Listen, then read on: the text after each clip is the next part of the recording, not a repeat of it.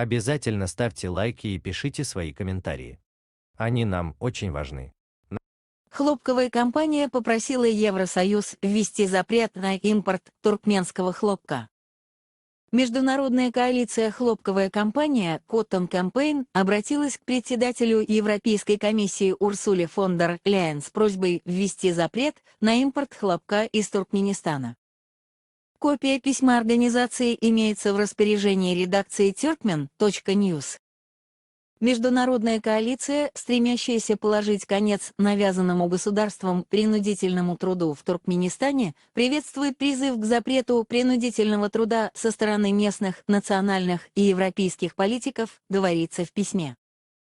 Закон, запрещающий продукции, изготовленной с использованием принудительного труда, поступать на европейский рынок, имеет решающее значение для оказания давления на правительство Туркменистана с целью реформирования введенной государством системы принудительного труда в производстве хлопка.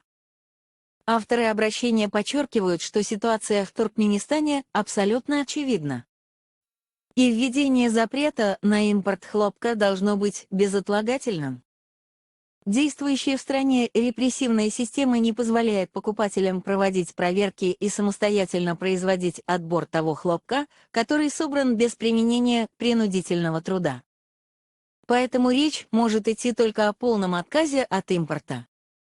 По информации хлопковой компании, в 2020 году Евросоюз закупил в Туркменистане хлопок на сумму 7,5 миллиона евро и текстильные изделия на сумму 5 миллионов евро. Еще некоторое количество текстиля из туркменского хлопка поступило в европейские страны неочевидными разветвленными маршрутами и не учтено в статистике.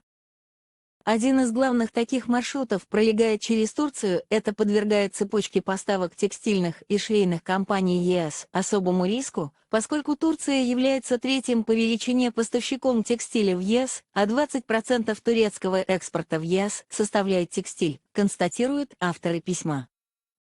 Так или иначе, хлопковая компания призывает Урсулу фон дер Ляйен выполнить данное 15 сентября обещание ввести запрет на продукцию, произведенную посредством принудительного труда.